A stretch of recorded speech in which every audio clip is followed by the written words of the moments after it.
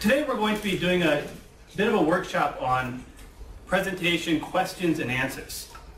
And it's an unusual topic. Usually when we talk about presentations, we talk about the structure or the high impact materials, using a big voice, body language. But this topic is about questions and answers. And usually in presentations, questions and answers come all the way at the end.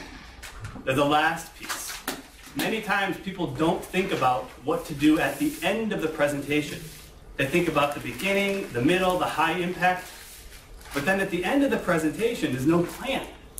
And so the audience is kind of wondering, is it just finishing now? Like a great movie that you're watching, and then just at the ending, it stops. So some TV shows have finished in a very bad way. And presentations can also be quite similar if you don't have a good plan for them. So today, to start off with, we're going to do a little bit of a warm-up.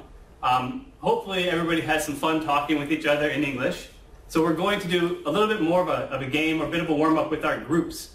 So at each table we have 4 people. Perfect. Okay. We have 4 people at each table today.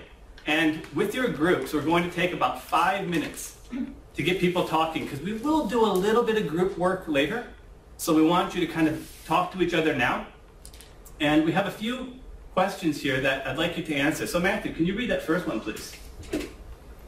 An audience member asks a question in the middle of the presentation unrelated to the topic. Yes. So with your groups, we're going to talk about these questions, and I want you to think of what you would do in this situation.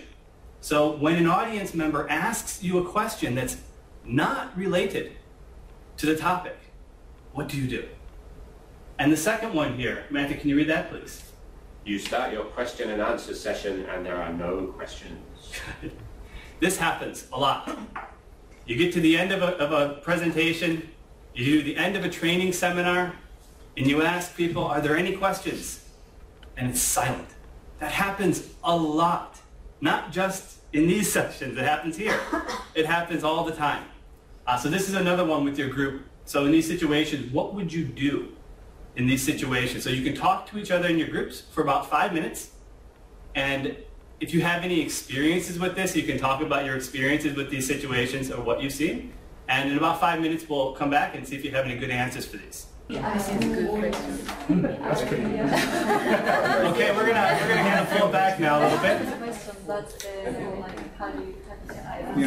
It's good to hear people talking. I like that. We never talking is good. I credit the Jenga. You get a plan from someone to ask that.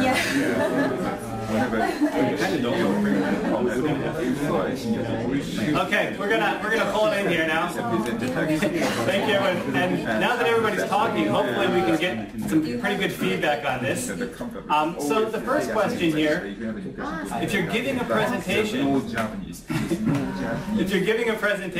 and an audience member asks a question that is unrelated to the presentation, to the topic, what do you do?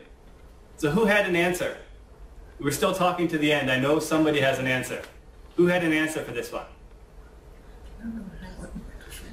How about this table over here? What was your answer? If someone asks a question that's unrelated to the topic, what do you do? This is my personal opinion. No matter how the counterpart is, any type of question, your presenter need to get some feedback. Okay, so you say that if someone asks a question that's unrelated, even if it has nothing to do with the topic, you think we should always give feedback? If the presenter does something try to produce and try to sell the product to the third party, you will definitely need to ask a question. Okay, so you say you definitely will answer the question. Did anybody say, I will not answer the question? Oh, sorry, subject to situation. Subject to situation. Yeah. There is no Okay. There is no exception. Okay. There's always an exception if needed. Always exception. Yes. Did anybody else say no? We're not going to answer the question?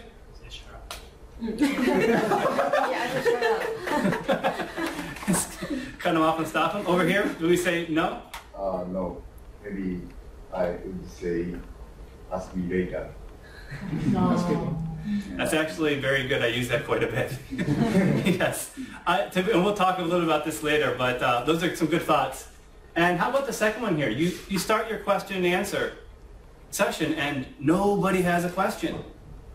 How many people here have come to these seminars before? Has anybody been here before? Yeah? Okay, well, lots of people. How many people here is your first time? Excellent. Wow, how many people here are students? Few? Okay, excellent. So if you were at the last seminar that we did, the people who came to the last one, at the end, when I said, are there any questions? Were there questions? No. We had to talk a little bit, and then the questions started to come. So that is actually very, very common, especially in international presentations, in an international room. Many times people don't want to be the first one to speak. Many times there's a language issue. People often have a question, but they're afraid to use their language skills in a different language. So part of the question and answer is making sure if people are ready to ask questions, we give them the right environment and encourage the questions to come out. So we'll take a look at that later as well. Okay, so with that, we're going to move on here. We have a little bit of an outline, and we're going to follow this. Now, there's actually 3 parts to this outline. We're going to talk about 7 themes, but there's actually 3 main parts. Sorry, 6 themes. The first one here is we're going to look at the question and answer tool. Now, when I say tool, a tool is like a hammer, or a screwdriver, or a saw. A tool is used to build things. Questions and answers in a presentation are definitely tools. They're tools to help you do things in the presentation, to get information from people, to make your point better understood. So many times when people think about the question and answer section, they don't think it's a tool, but it is. Your slides are a tool. If you use audio, it's a tool. Video is a tool. Pictures are tools. The room is a tool. Your question and answer session is a tool.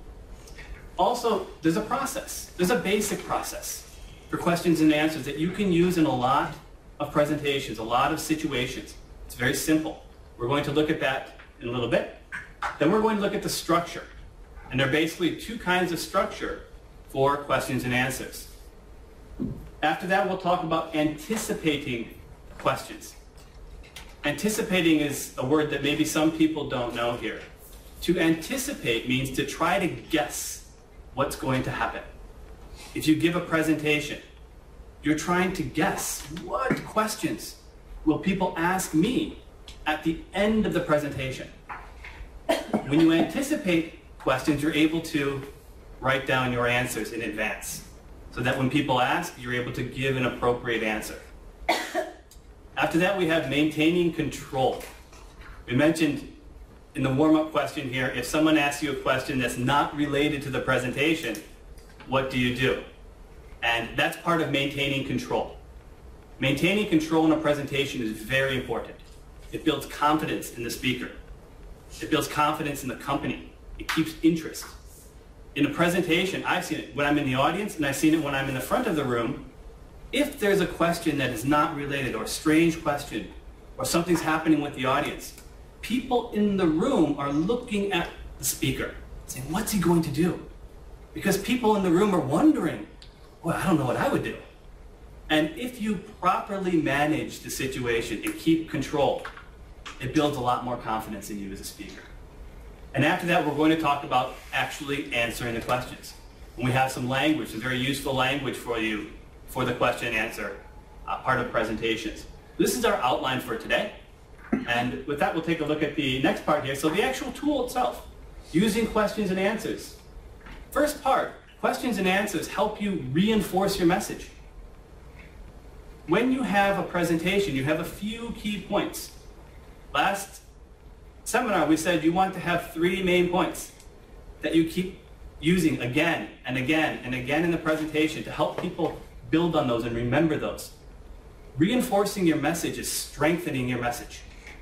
Many times in a presentation, you forget to say things. You leave things out. You don't give proper support to some of your key points. In the question and answer session, you're able to go back to the key points, the key messages. You're able to really help reinforce your message with this tool. If anybody here does sales or works with other companies, you often know sales or working with another company, relationships take time. You don't walk in to a room and everybody suddenly wants to buy your product. It takes time. For a lot of companies, it takes time. So when you do presentations, the question and answer, as we mentioned, if someone asks a question that's off topic, you can talk to them afterwards. You can make an opportunity to follow up. You have your business card, you have your contact information. You're able to create an opportunity to follow up, to answer that question. Many times, that customer, that potential customer, has a need that you might not be offering in this presentation, but your company might be able to offer in the next one. So it creates an opportunity to really follow up with people and maintain communication. They also let you offer very specific persuasion points. Many times in a presentation, you want people to ask you certain questions. If your company has a very strong point, you want the audience to ask that question because you can explain your strong point. These are some very important persuasion points we can use with the question and answers. Also, as we mentioned, many times during a presentation, you could forget to talk about certain topics. You could forget key points. It's hard to do a presentation for a long time and remember all the main points. The question and answers are a good opportunity to fill in gaps. Things you forgot to talk about before, you can bring up during the question and answer. Very good opportunity to do that. Leaving a lasting impression. The last thing a person is going to see of you from a presentation is your question and answer. That's the natural way it happens. So before someone leaves the room, you want to give them a good impression. You want to make sure the questions are answered, that they build confidence in your product or your company. So it's a great way to leave a lasting impression. And finally, they improve future delivery, future presentations. Questions and answers, good question and answer sessions, difficult questions. As a speaker, they help you think and plan the next time. Not every presentation goes perfectly. Many times you have problems in a presentation. And the questions and answers are a really good opportunity for you to think and plan for the next presentation and how to improve it. So questions and answers, the really difficult questions that you can't answer, are the ones you plan for the next presentation so you can answer them. You do build more confidence. So these are some of the key reasons why we use questions and answers. The process. Questions and answers do have a very simple process. It's logical. The first part, determine the need for questions and answers. Not every presentation needs a question and answer session. Some presentations don't need a question and answer session. If you don't need one, don't ask. Because there won't be any questions at the end if you don't need a question and answer session. Some presentations do. Some presentations might have a lot of questions at the end. A press release. If you have a new product that you're bringing out to the market, there will be a lot of people from the press, the media, who have a lot of questions. If you think about a company with electronics, a really new electronic product, there's a lot of questions for those product launches that they want people to be able to answer. So if you don't need the question and answer session, you don't do it. The second part here is determining the structure. And in the next slide, we'll look at some of this structure. But there are two very simple structures for question and answer. If you need them, first, you can do them at the end. Keep all questions to the end. That works best in a larger room. In a room like this, it's better to do the questions at the end because there are a lot of people, a lot of voices. In a smaller room, often you want to have a more interactive presentation. You want questions coming during the presentation because it lets you adjust your message to a small room of people. The next part here is anticipating questions. As we mentioned, every topic, if you think about the topic, probably you can think about a few important questions people will most likely ask. If you can think about those questions, when they ask them, you're happy They go, wow, they asked me a question. I know this one. And you give them a good answer that's prepared. Next one here is preparing your likely answers. As I mentioned, being able to give a quick answer that's well thought out builds confidence in the speaker. And it's not hard to do if you think about the likely questions before. And finally, you answer the questions. That's the complete process. It's a very simple process. But it's a process that most people don't do. Most people will deliver a presentation, they make a bunch of slides, they think about some messages, they talk, and at the end they say, are there any questions? And in their head they don't know what to do. They're not thinking, what are people going to ask me? There's no plan. And so at the end it could be a very poor impression at the end because people look unprepared for the questions.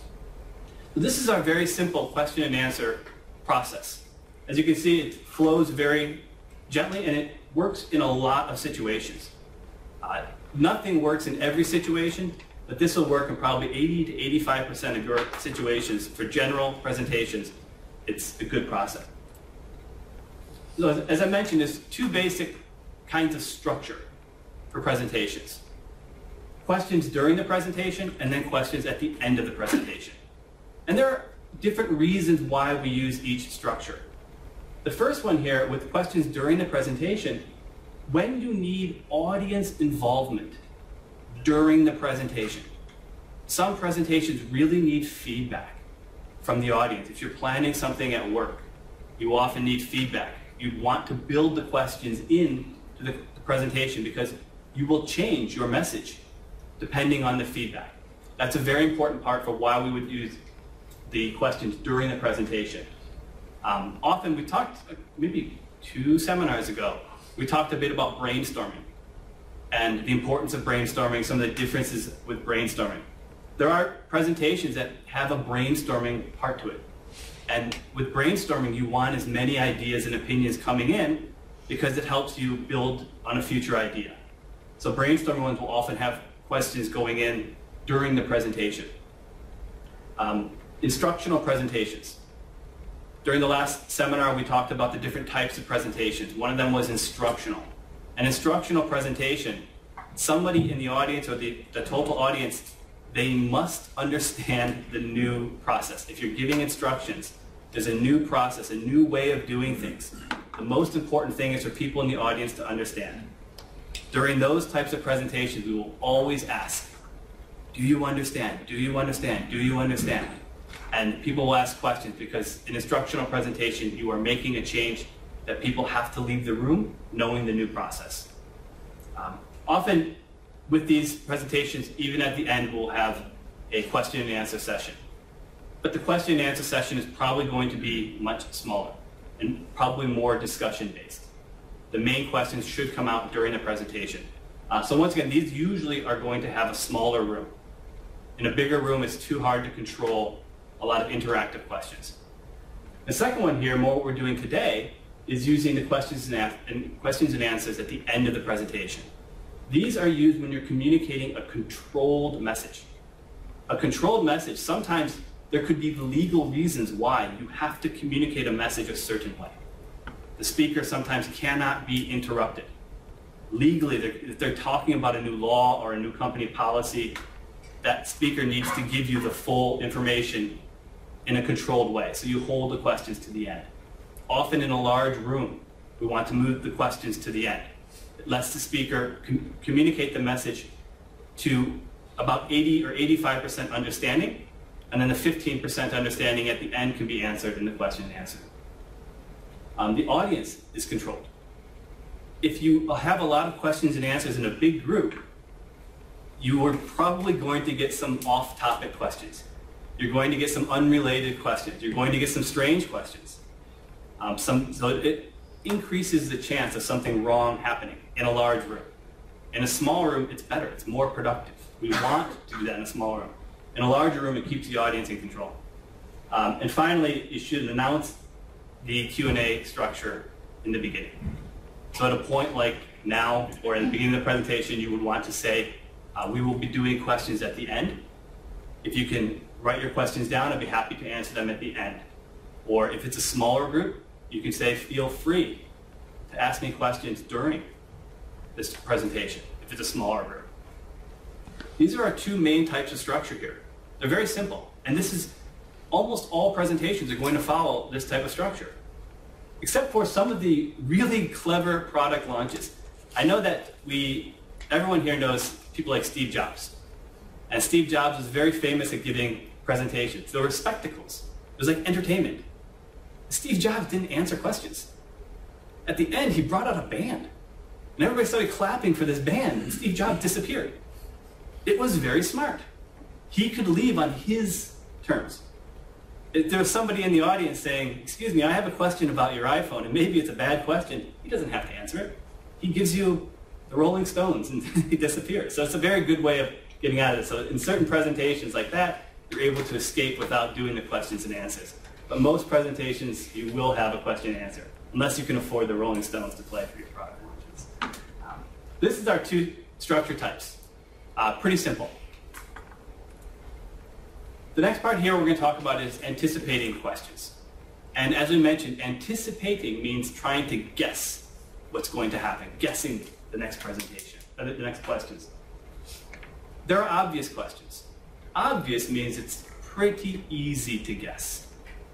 So when you're giving a presentation, you should think, what are the most likely, highest percentage questions people are going to ask?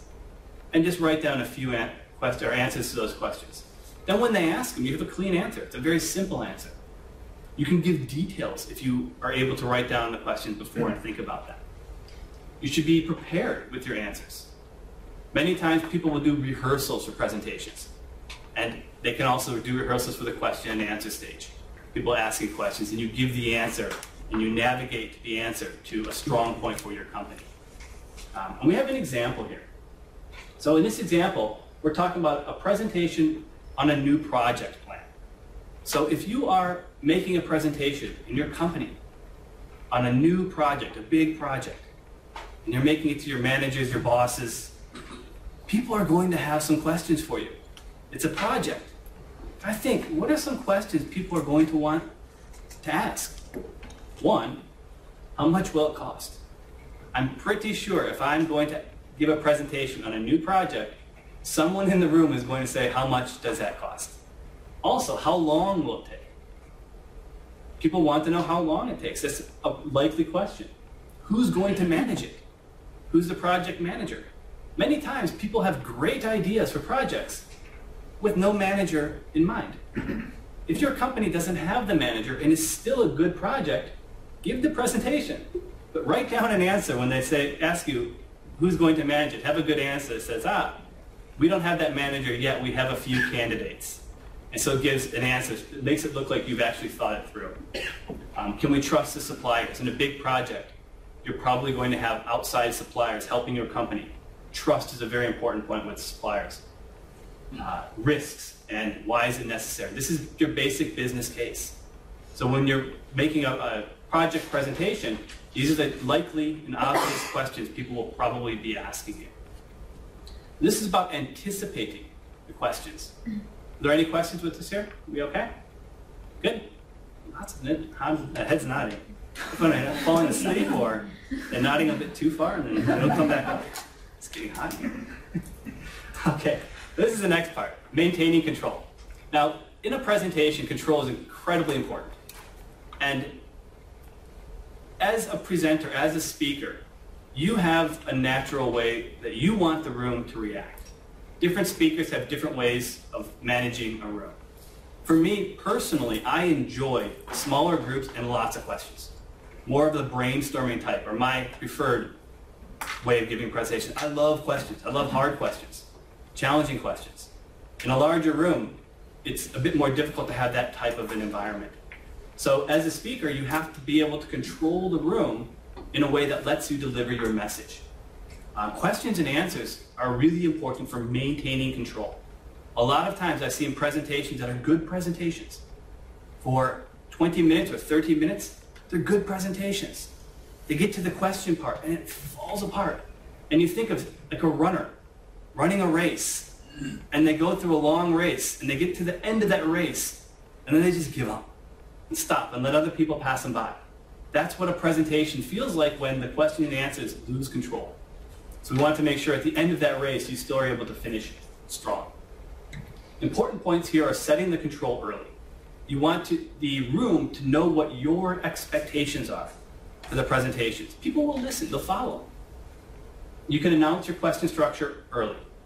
You can push your interruptions to the appropriate place.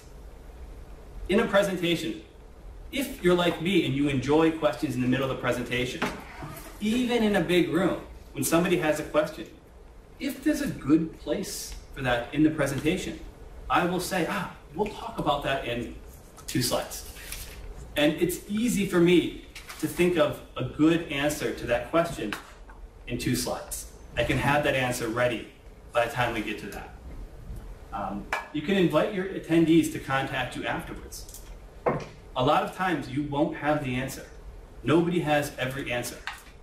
If you know the subject and you know the material well, you can answer a lot of questions on that subject or material. You can't answer everything. So somebody in the audience might have questions you just don't know the answer to. It's a really good opportunity to invite them to contact you afterwards. If you don't know the answer, you can say, I have people at my work or at my company who do know that answer. We can get in contact with you and have it to you by tomorrow or by next week. So you can always plan an answer with future contact. One key point for maintaining control is using limited time to your advantage. When you are doing a presentation, every presentation has a time limit. And it's very easy to say, sorry, we don't have that much time today. Time is important. Everybody knows at work, people say, sorry, I'm busy. I don't have the time for that. There wasn't enough time to get this done. We're behind schedule on so many things. Nobody has time. In a presentation, you can use time as a great way of eliminating a bad question. If someone asks you the question, an unrelated question, you're able to say, we don't have enough time today to answer that question. What we can do is contact you in the future. And people understand time. We're conditioned, we're trained to be cautious of time. Getting the presentation quickly back on topic. If someone asks you a question that is not part of the topic, not part of the subject, your job as a presenter is to get that presentation back. People will ask questions that are not related. It happens. When someone asks you a question, or when someone asks a bad question, when you have a bad audience member, there are bad audience members. When you have a bad audience member, your job, the most important job with a bad audience member is to get the presentation back. Because one bad question can ruin the presentation, ruin the room for 20 or 30 other people. Your job is to make sure those 20 or 30 other people get the message. They're more important than one bad one. And finally here, never forget what you're talking about. There are a lot of presentations that I've seen where people get asked a question or they're talking, and it's, where was I? And sometimes they stand there, and people are looking at them. They don't know where they are. I had a where question at the beginning today, and I asked, where am I? I probably asked, where am I? So people, when they're giving the presentations, it's easy to lose track of what you're talking about. A good presenter, if you have a good structure and you control the room, you don't forget about what you're talking about. If there's a bad question and it goes off topic, and the answer goes off topic, and that answer goes off topic, suddenly you have no idea how you got to a strange topic, and it's hard to get back. People forget what they were talking about. So when you're talking about maintaining control, you want to set your control early. You want to make sure that your attendees are able to contact you and are aware that if you are asked a question that you can't answer, that they are aware you're able to contact them. Using your limited time, we can always say, sorry, we don't have much time. We only have 10 minutes today. We only have 15 minutes today. People are used to time limits. Getting the presentation back on topic. If there's a bad question, if you are losing control, get it back on topic immediately. On topic is how you can focus people in the audience. And finally here, never forgetting what you talk about. Incredibly important. This is how we maintain control in a presentation. Probably a number of people in this room have lost track of what they were talking about I've seen it many times every day at work. You'll see people talking and suddenly say, what was I talking about? That happens in presentations. And when it happens in a presentation, the damage is much worse than losing track of yourself in a conversation with a friend. This is maintaining control here. And the final part we're going to look at is answering questions. So we've talked about maintaining control, setting up the questions and answers. Now we're going to talk about what you do when people are actually asking the questions. The first part here, if you don't understand, and it's very important for a speaker to understand the question. People will ask you a lot of questions, and if it's an international presentation, if they ask you a question in a language that is not your first language, and you don't totally understand the question, don't answer the question you don't totally understand. That can create a bigger problem.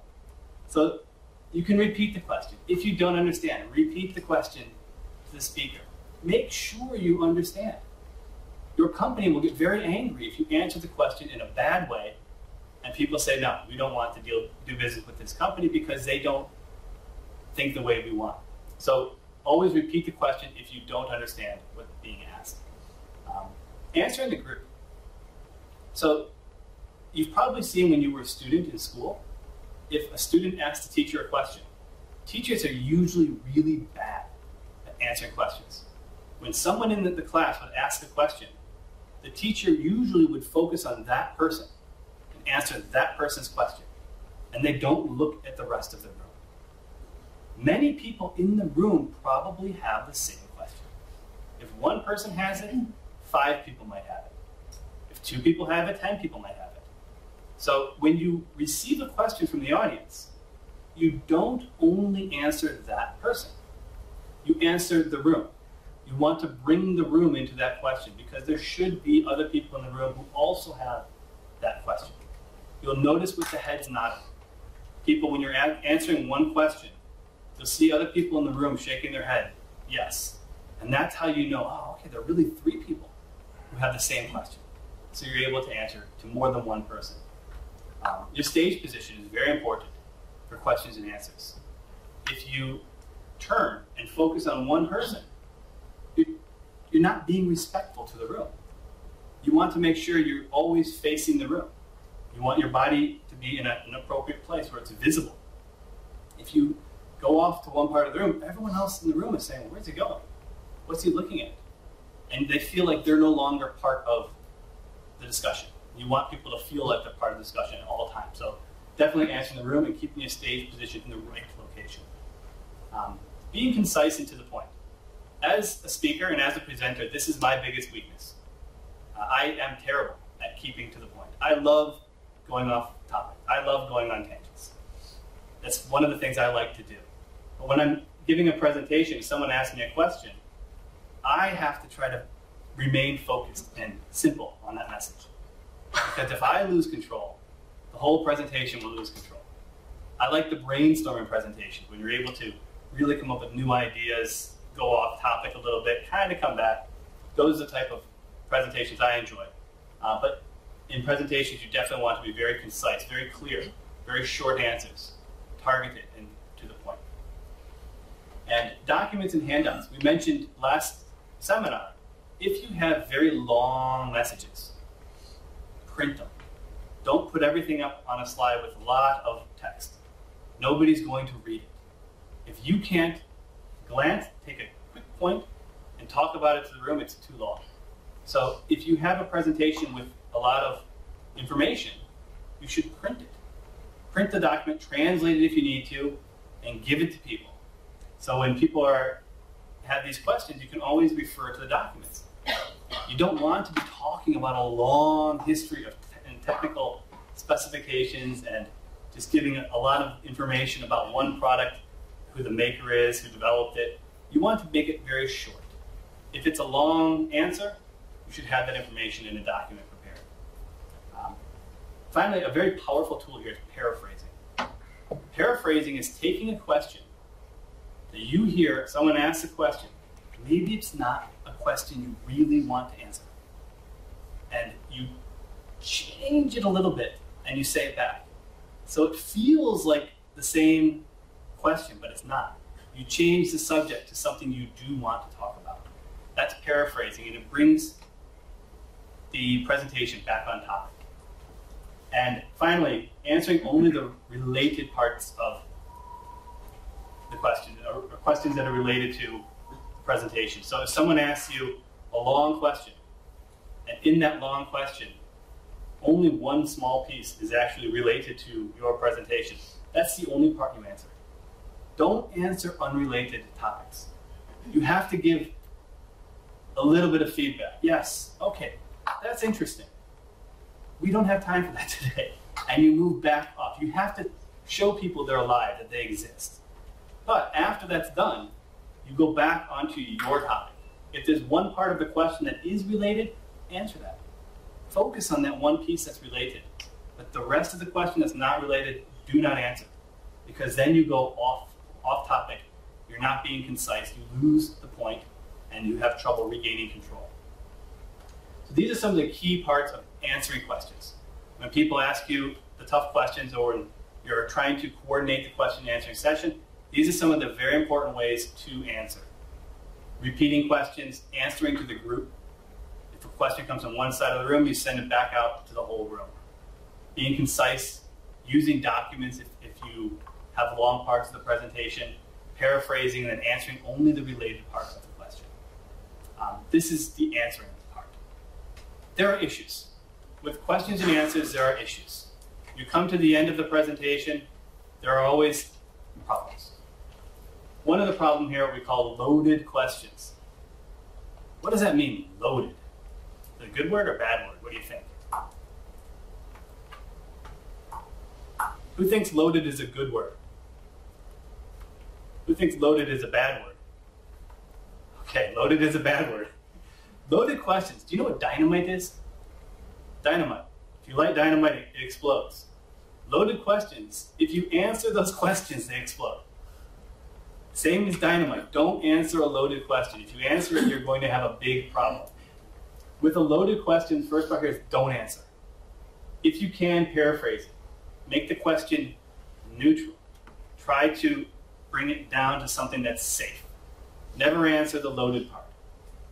If the person is not satisfied, many times if someone asks a loaded question, I've received loaded questions, and I try to soften them a lot and give a simple answer back. Many times people want to ask me again the same loaded question. If I didn't answer the first time, I'm not going to answer the second time. So if people the second time come back, tell them we'll discuss it afterwards. This is not a presentation. The topic today is not about that. We're not here to talk about that today. And you want to push it off. Talk it later.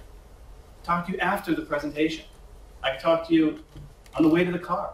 Something, but not in this room, not in front of these people. Don't answer a loaded question. The second part here is comments, not questions. I'm a big person. When I'm in the audience, many times I'm guilty of this. I will raise my hands and say, I don't actually have a question. I just have a comment. And you can see the speaker thinking, oh no, what is he going to say? And sometimes I'm on topic, sometimes I'm not. I'm not the best audience member. When someone gives you a comment and not a question, if it's in line with the message, if it's related, that's actually a good thing. Someone offering a comment that is on topic is a good thing. It shows, one, they were listening to you, two, they agree with you. Having someone in the audience who agrees with you is very powerful. Encourage that. You say, oh yes, that's great. But what you want to do here is add a small point at the end. Take whatever was given to you, even if it's perfect. If someone in the audience gives you a perfect comment, you still want to add something extra at the end to show that you're still the expert, even if they're better at the subject than you are. And if it's a comment that's unrelated, wait till they breathe and cut them off. If someone is asking a question or giving you a comment that is not part of what you're trying to talk about this presentation, everyone here has to breathe. At some point, air goes in. When that air goes in, cut them off. That's interrupting. Okay, we can talk about that later. And then you go to the presentation. If it's not related, they will breathe at some time. When they breathe, stop. Similar is unrelated questions. So with unrelated questions, if they're unrelated, same thing, cut them off. Wait till they breathe. And watch them, and they'll talk and talk and talk. And they breathe. And that's when you should step in and stop them from continuing. They're going to help you lose control.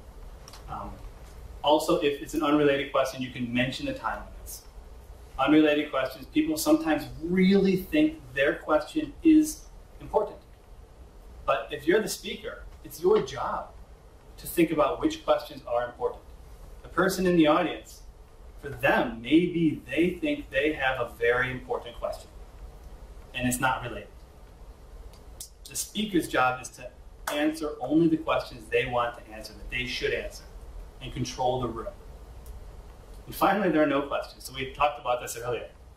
When there are no questions, this happens a lot. Many times people in a room like this, in an international room, there are language issues. I don't think people are going to understand 100% of what I'm saying today. Does anyone here understand 100% of my language? Okay. What is it? 1, 2, 3, 4, one in the back, 5. And I work with all these people. Yeah, so about 5 people understand 100%. So you're among friends. So I don't think everyone is going to understand. Part of my job during the question and answers is to use that as an opportunity to find really which areas people missed, people didn't understand. Then I can reinforce the message. Going back to that original point, you can reinforce your message with your questions and answers. In a room like this, language is going to be the biggest problem. I believe that. If you're doing a sales presentation and your company has a new technology, the other people, the audience, they're not going to know the new technology. Only your company knows that new technology because you made it. So there is going to be an issue with those presentations as well. Every presentation at the end will have times when people don't understand exactly what you were trying to say. It's your opportunity to really bring it back and reinforce your message. If there are no questions, ask one. Ask a question. If I say, are there any questions? And nobody has one, then I'm going to ask a question. And that question will be about the presentation. And sometimes I've done that. I say, okay, so who can tell me what the most important point of questions and answers are? And maybe nobody answers. Still quiet. So what am I going to do? I'm going to answer my own question. It may sound a little bit crazy, but you ask your own question, and if it's still quiet, you answer your own question. Because people start getting the feeling, okay, questions are being asked, questions are being answered. It starts building up the flow for questions and answers. You can ask a very simple question. If people don't answer the very simple question, you can answer the very simple question. But it shows people that simple questions are also okay. Finally, summarizing the main points. If there are no questions, you can go back to the main points and say them again. Remind people, this is what we're talking about. These were the main points for the questions. So these were the common issues we have with questions and answers. Are we okay with this here? I still see a lot of heads nodding up and down. It's very good. But still people probably nodding off. Stay awake. It's summertime. Okay, so the key points today. We're going to summarize some of the key points, and then we are going to go into some actual question and answers ourselves. The first key point here is to point out early the structure you're going to use. You want people to know what to expect throughout the presentation. If people have questions during the presentation and you tell them during the presentation questions are okay, they feel comfortable asking. If you tell people to wait to the end, they'll write them down.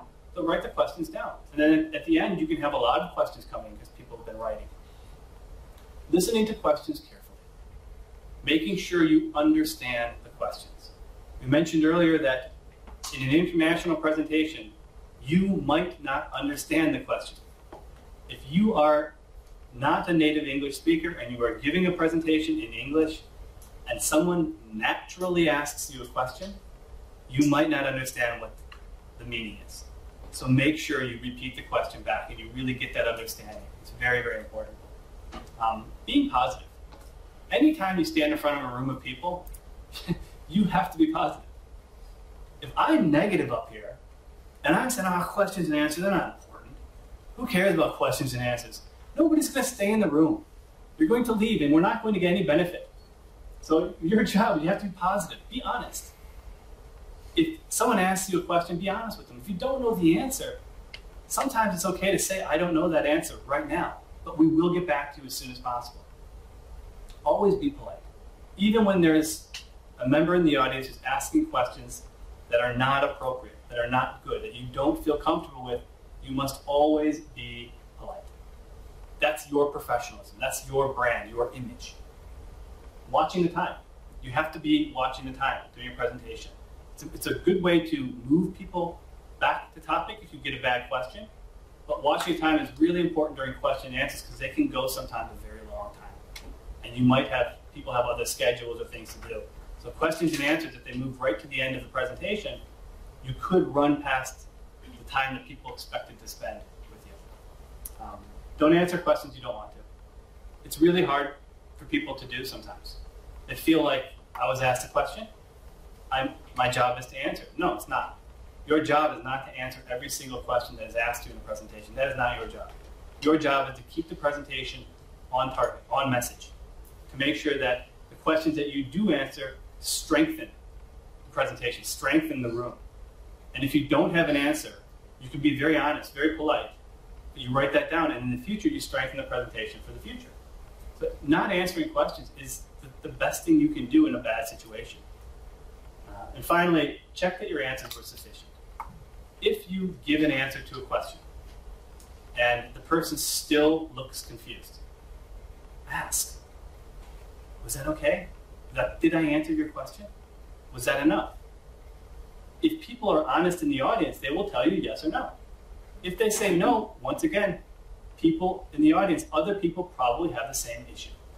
If someone asks me a question, I think more than one person has that question. If I answer and that person still doesn't understand, I think more than one person still doesn't understand. And so it's very important to read and interact with the audience when you're answering the questions to make sure they really understand. So these were the key points for the presentation today, and the key points of our training on questions and answers. We're going to move on to the final part coming up very soon. I do have some useful expressions for questions and answers I'd like to work with as a group. So what I'd like to do with these here is do a little bit of listen and repeat with me, and we're going to practice some of the key parts here. So with the presentation, wrapping up. Wrapping up is at the end of a presentation, trying to start closing it up, moving to the end. So could everyone please repeat after me? In the first one here. Please say, that brings me to the end of my presentation. Yes, so today, this brings me to the end of my presentation, for real. The next one here. I hope you were a little clearer on. I hope you were a little clearer. Yes, little is important. So in the presentation I mentioned earlier, if someone doesn't understand, you communicate in the future with them. I don't expect anyone to become a master of the topic, of the subject, after one presentation. I want people to be a little clearer on the message. If you're a little clearer on the message, that means you by yourself can start researching. You can come up with your own questions in the future. You can ask me those questions later. I'll answer. The next part here for opening questions, starting the questions off. Please repeat. You say, if there are any questions, I would be happy to answer them now.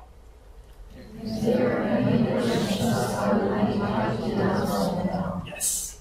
This is a good point for opening your questions up. Now, handling questions. As I mentioned earlier, you don't always know the answer to the question. Sometimes you need time. If you need time, you need to say something so you have time to think. The first one here, please repeat. You say, that's an interesting question. That's an interesting question. Good. And I'm glad you asked that. I'm glad you asked that. Good. And I was hoping someone would ask that. I was hoping someone would ask that. Yes. Do you remember earlier we talked about anticipating questions? And what do you do with questions you anticipate? You write them down. You write your answers down. You want people to ask those questions. You have a good answer.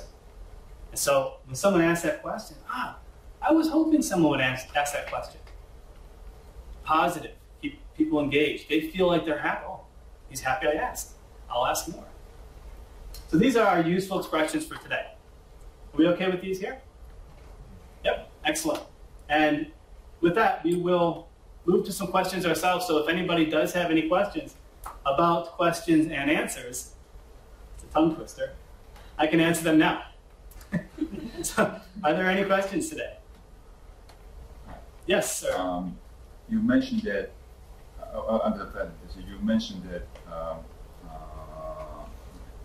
maintaining control is very, very important. Yes. You said that.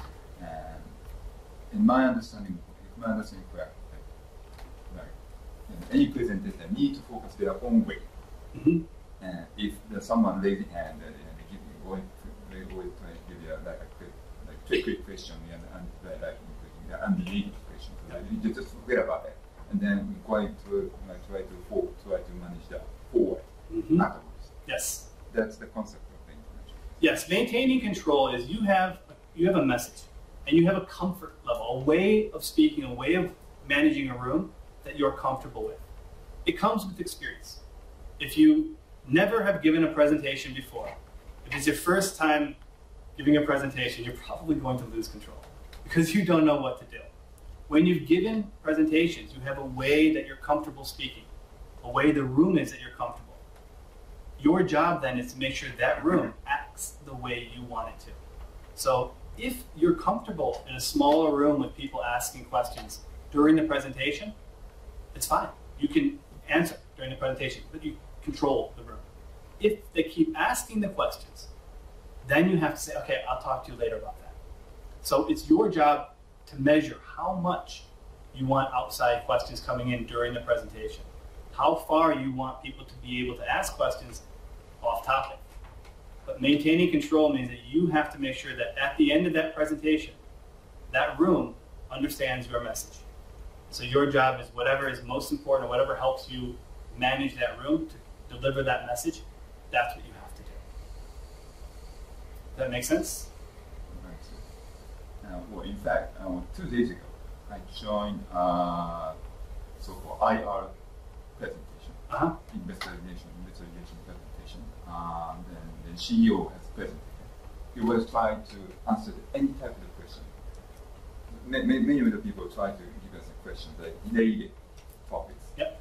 But it's always like someone raising hand, they try to unrelated or something. Yep. But whenever the CEO would try to answer the question, like be polite or something. Yeah. That's actually, that's a different type of presentation. So in answering the questions live, that's definitely, in that case, you want questions going during the presentation. In an investor relations situation, the purpose of the presentation is to answer as many questions as possible. That's the whole presentation. Here's the data, here's the numbers. Give me as many questions as you can. The whole point becomes answering and asking questions. So that actually, for an investor relations, you should have a group of investors who are very knowledgeable about the company. They know the material, they know the data, they have questions prepared, you just have to answer. So in that case, I would do the same thing. I would just answer as many questions as people say. That's the focus of the presentation. It really depends. Yes, it truly does depend. That's a great question, though. Any other questions? Yes, sir. When I give presentations and ask questions at the end, ask 4 questions at the end, usually it's 1 or 2 or maybe 3 people that will keep asking questions. How do you deal with that? So, we mentioned earlier that one of the main problems with issues that happen at a presentation is there are no questions. And if there are no questions, instead of having a silent room, if only 1 or 2 or 3 people are going to ask any questions, I will absolutely encourage it, because I would rather 3 people ask questions than no people. However, there's a time when 1 or 2 or 3 people might have very strong personalities, and they might keep asking questions even though other people want to ask them. in those situations, you start doing basically one or two things. One, you stop giving them eye contact. And the more you start looking away, people start feeling like, okay, maybe he's getting more distant, maybe I shouldn't continue speaking. The other thing to do is look at other people in the audience. And you'll start to see people who are, especially in an international audience like this, many times you will see people in the audience mouthing what they want to say. They're practicing. You'll see people in the audience going, that is a person who wants to ask a question. They're practicing. In your native language, when you're speaking Japanese, you probably don't have to go on. You just talk. But when you're not a native speaker, you can often see in the audience people are doing that. Those are the people you go for. Because they want to ask a question, they're probably thinking, oh, maybe the time is never going to be right for me to ask it. So just look at them and wait. And then say, oh, okay. And they'll raise their hand. That's how I would deal with those two. That's a good question, though. Usually I'm one of the 2 or 3 people in the room who's always asking questions. And I just slide forward if the people ignore me. Good. Any other questions? Yes? Yes, I point out the question and answer structure early. How early? Okay, that is really good. That's actually really good. So you can go very early. You can actually have a program for your presentation that's printed. And it can show you what we're going to do. In this case here, my outline was not printed. My outline was on the screen. But in a more formal presentation, we could print the outline. And the outline will say at the end, question and answers. So that's even before the presentation is started. It could be written. And then everyone in the audience is already expecting it. In a smaller room, it's easier to say, just at the very beginning of the presentation, in a smaller room, it's usually more informal, more casual in a lot of cases. Even if you're in a professional relationship, it's still often more casual. In a smaller room, at the very beginning, I would say, feel free to ask questions at any time. And it makes people really comfortable. If it's going to be for a presentation like this, I would probably during the outline talk about that, or when the first question comes up. If somebody starts to raise their hand a little bit, I will say, okay, I'll maybe answer a little bit, or I'll say we're trying to hold questions to the end. It's not the most important thing to announce as a key part of the presentation. You have a core message you're trying to deliver. The question and answer is going to come up early, but it's not something you have to clearly state. By the way, don't ask any questions until the end. Does that answer your question? Yes? Good, good, good. Any other questions? Yes? You spoke a little bit about answering questions in language that is not maybe your native language, and the importance of making sure you understand the question. Yes. What if you try to confirm the question and you still don't have it? And okay, that's excellent. Never go into a presentation alone. So in the room with you, if you're giving a presentation in a language that's not yours, not your own, not your native language, somebody in that room needs to have better skills that's on your side than you in that language. And if it's really not being understood, you can look, for example, Matthew is a fluent Japanese speaker. And so in a case where a question comes up in Japanese that I can't understand, I can look to Matthew, Matthew would be able to give me support. In that case, or Matthew's a native Japanese speaker. Now, if you look in the back of the room, I come armed with a number of people who, even if somebody asks me questions in Japanese, what you actually notice with languages is you don't need to have mastery.